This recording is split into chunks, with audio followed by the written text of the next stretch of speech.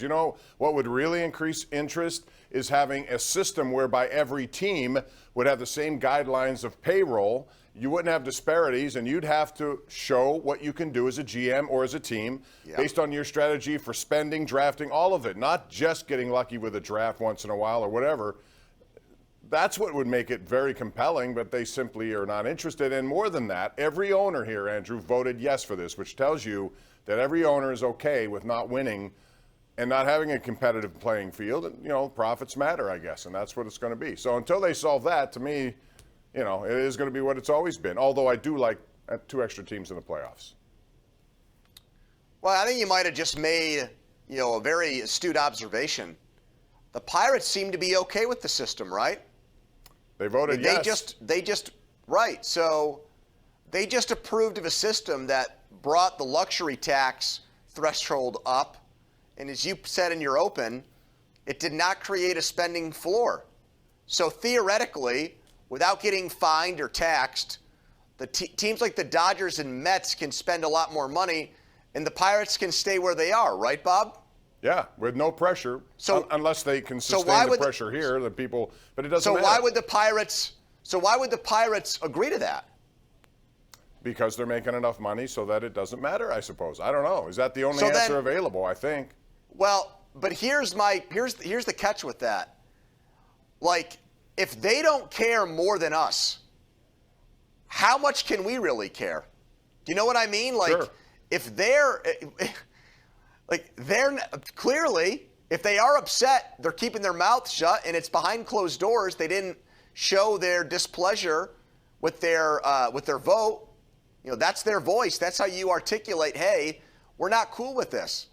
I mean, Bob, even if you know it's going to get approved, wouldn't you vote no just to send a message to your fans that you don't want a system like this? I mean, think about from a PR standpoint. That would have done wonders for the Pirates here today, don't you think? Sure. I mean, it doesn't fix the problem of, their willingness to compete and spend money, but it would have sent a message to everyone, hey, we're getting left behind in this thing. This deal doesn't benefit everyone, and it singles out and makes it harder for teams like us to win a World Series championship. Yeah, but would have that been a disingenuous way if they really didn't believe it, but they're just trying to send a PR signal? The way you do it, Andrew, is you show everyone here that you're going to take your payroll up to $120 million. That's how you show it, if you're going to do it this way.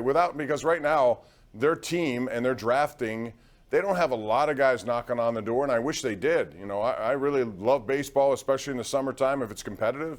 But the fact is, they really don't have anyone. They're going to have to go out and get things, and I don't see them doing it. They want to make a statement. Bob, let me ask you an honest honest question. question. Spend some money on guys. Are you excited that baseball's back? Honestly, yes. Other than you're hold on, other than you're a sports fanatic and it gives you something to watch. Outside of that, are you actually happy that it's back? Yes, because I Why? like entertainment and I find it entertaining. As long as it's competitive. Again, that's my little caveat there. It can't be, be eliminated by June or July.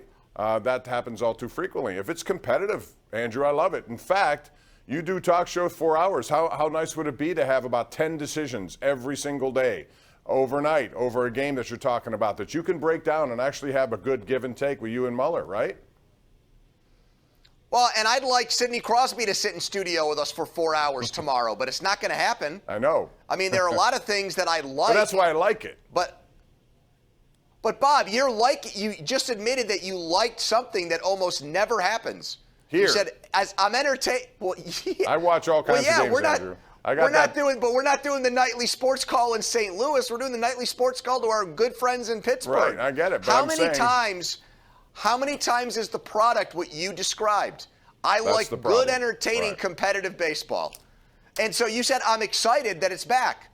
Do you think the 2022 Pirates are going to provide that for you? No, but baseball in general will. I'll find games that I find interesting every single night.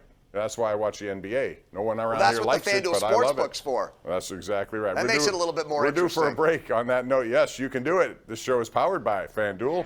We are also powered by your calls, so give us a shout right here at 412-575-2600. We'll take those next right here on Pittsburgh CW and 93.7 The Fan.